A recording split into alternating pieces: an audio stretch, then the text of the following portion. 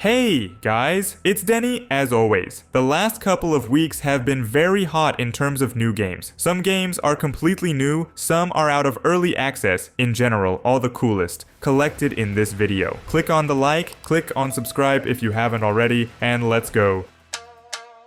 Do you miss adrenaline and dynamic gameplay? The perfect place to get it all? Good old Crossout. Tense battles, dozens of different vehicles, and hundreds of parts for their customization are waiting for you. You can make a powerful, bulletproof tank and destroy your enemies just by the look of it. Or make something smaller, but fast, and get in the back of unsuspecting enemies. In any case, Crossout is the best place to show everyone who is a real pro. Download the game at the link in the description.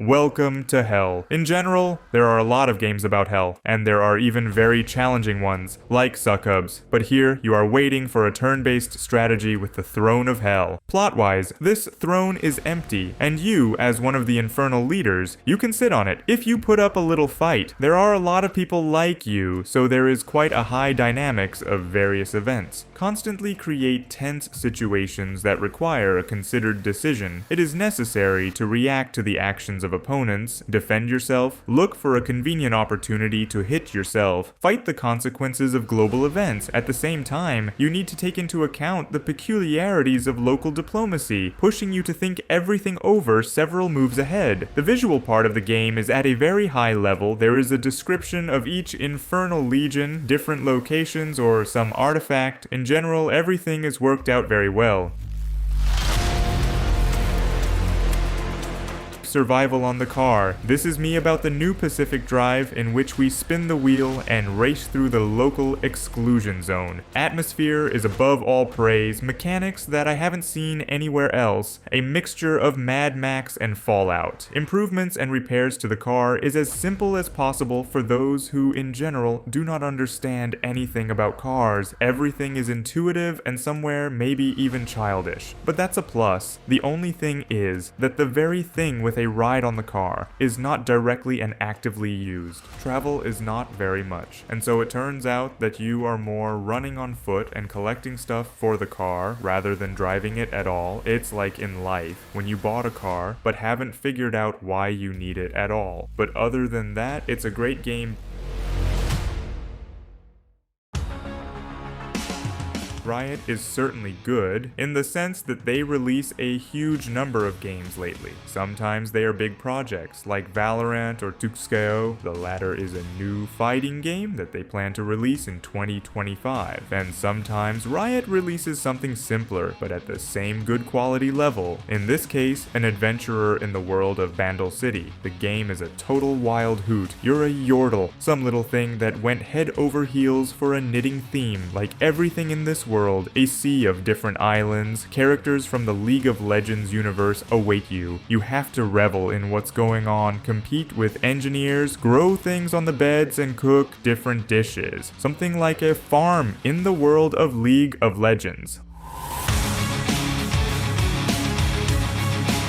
There are really few good races lately. I can't even think of any. But a week ago, Le Mans Ultimate came out. Who suddenly doesn't know this is one of the most prestigious races in the world, where the race lasts 24 hours. So far the game is in early access, and the developers are just showing what they can do, what they have learned from their past projects, and what they know about racing. You are waiting for several different classes of cars, excellent graphics, especially at night, cool physics, and not bad optimization. Even in the rain, on my RTX 3080 FPS did not drop below 150, and this is a great indicator. In general, if you want to chase on cars, in front of you, one of the best projects in recent times.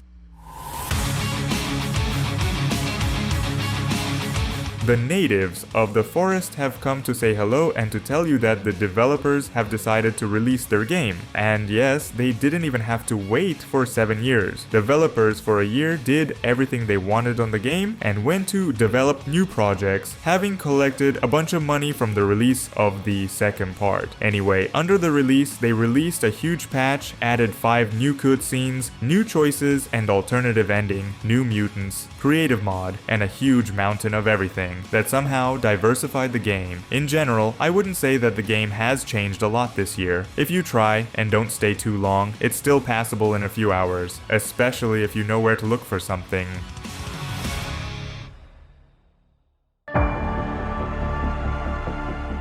Last Epoch has decided to go on release too. As I promised, today I'm going to feature a few games that have been resting in early access for a while, and now they're showing off version 1.0. Last Epoch is just one of those. It's an isometric RPG like Diablo, which came out on Kickstarter, gained a fan base, and under the release, the community dropped the game's servers, because the developers didn't expect that there would be so many people. Anyway, what's good here? For fans of building builds, here is just open space. Each skin has a variation, crafting is simple and clear. And what is there? There is even a reward filter, simple, understandable, and customizable for your needs. The visuals, of course, are worse than Diablo, and even Path of Exile is not up to Path of Exile, but still pleasing to the eye. Overall, it's more adequate than Diablo, and not as complex as Path of Exile. Something in between, which is what many players like. This game has a hard fate. It appeared on Steam and then disappeared, but now it has already been released on Steam, thus adding to the number of players and reducing the price, which is very happy. If anyone suddenly does not know, it is a survival game with Chinese setting and with content for half a year or even more. You will get into a world where from an ordinary man, you can become almost the ruler of the server, building a huge castle, populating it with slaves or other players, and make them fight other clans. It looks cool and it's done great too. Terminator games are not few either, and lately there are more and more of them. This time, you are waiting for a strategy game. The game is made in the image of old RTS without base building and resource extraction, without mindless spamming with one-type units. In this game, you will have to fight not only for victory, but also for the life of each soldier, and every time fear that your equipment will explode without the possibility of repair. Your resources are limited because humanity is on the verge of extinction. In the game, the interaction between troops is very well realized. Infantry is very vulnerable without the support of equipment. Equipment without infantry burns out, without having time to make a shot. Artillery is scary though, but the amount of resources that go to its constant firing is even scarier. And aviation is also very fragile and rare to use it all the time. Only competent interaction of all these troops can save you from colossal losses and give you a chance to win.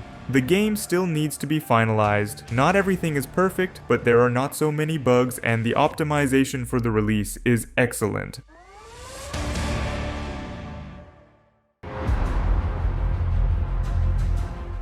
You know, I'm not a fan of card games at all, much less classic games like poker, but in this game something quite unique has been brought in. It's poker on the one hand and roguelike on the other. That is, here you are waiting for the rules of poker planted on the rails of roguelike. And the main goal of each round in the game is to get a certain number of points to beat the blind. With each round you need to collect more and more points. All poker combinations are saved and even added a few hidden ones. Combinations have the power with which they add points of the selected cards. Combinations can be pumped up by increasing the bonus they give. The main feature of the game, Jokers, which according to the developers, 150. Roughly speaking, these are passive skills that work under certain conditions. All of them have different degrees of usefulness and uniqueness. In addition, there are a lot of variations of pumping playing cards. In short, the thing is really unique from that and the incredible mountain of rave reviews of players. And this is the Inquisitor. Not that it is a masterpiece, but not a bad project about the army of Inquisitors where you are one of them. Your name is Mordier Madderden. You are sent to the city of Königstein, where some mysterious shit is going on. Gameplay-wise, it's a bit of a mix, which is why the game's reviews aren't perfect, but they're not bad either. It was necessary to make either an interactive movie or RPG, because in the end, it turned out to be neither. From the minuses made a strange combat in the sense that it is boring, but from the story side of the game is not bad. Plus, there are even a few endings.